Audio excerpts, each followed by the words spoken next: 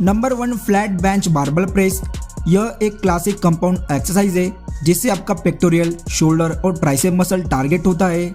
इसे परफॉर्म करने के लिए आप एक फ्लैट बेंच पर लेट जाए और बारबल को शोल्डर की चौड़ाई से थोड़ा वाइड ग्रिप से पकड़ ले। अपनी एल्बो को 45 डिग्रीज के एंगल पर रखते हुए बारबल को मिडल चेस्ट की ओर नीचे लाए और फिर चेस्ट मसल को स्क्वीज करते हुए बारबल को पूरा ऊपर की ओर प्रेस करें तो कुछ सेकंड होल्ड करें। इस पूरे मोमेंटम के दौरान आप अपने पैर को जमीन पर मजबूती से टिका कर रखे सही वेट का सिलेक्ट करते हुए इसके 3 से 8 और 10 से 12 रिपीटेशन करें। Number 2 land mini chest press. एक यूनिक एंगल के साथ इससे आपका अपर चेस्ट मसल बड़ा और आइसोलेट बनता है।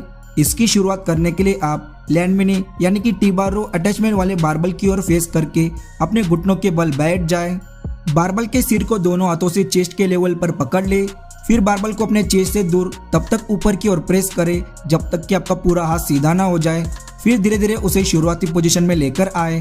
पूरे मोमेंटम के दौरान बॉडी को स्टेबल और कोर मसल को एंगेज रख के इसके आप 3 से 8 और 10 से 12 रिपीटेशन करें। Number 3 flat bench dumbbell fly.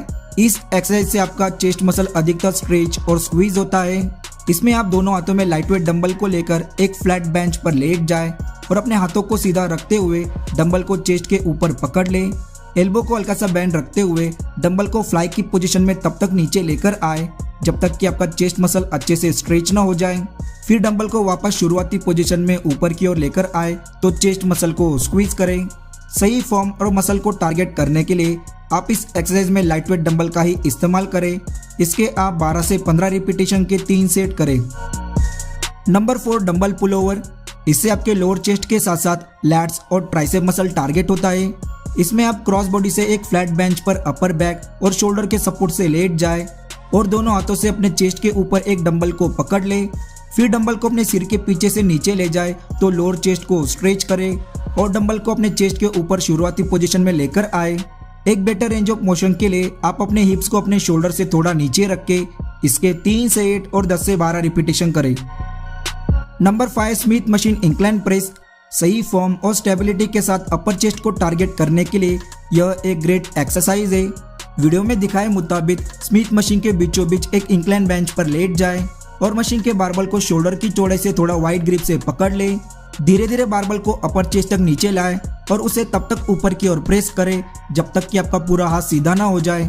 इसमें आप अपर चेस्ट को टारगेट करने के लिए बेंच को लगभग 30 से 45 डिग्री के इंक्लाइन पोजीशन में सेट करें। इसके 10 से 12 रिपीटेशन के 3 सेट करें। Number 6 high to low cable fly. इससे आपके चेस्ट का लोअर पार्ट टारगेट होता है।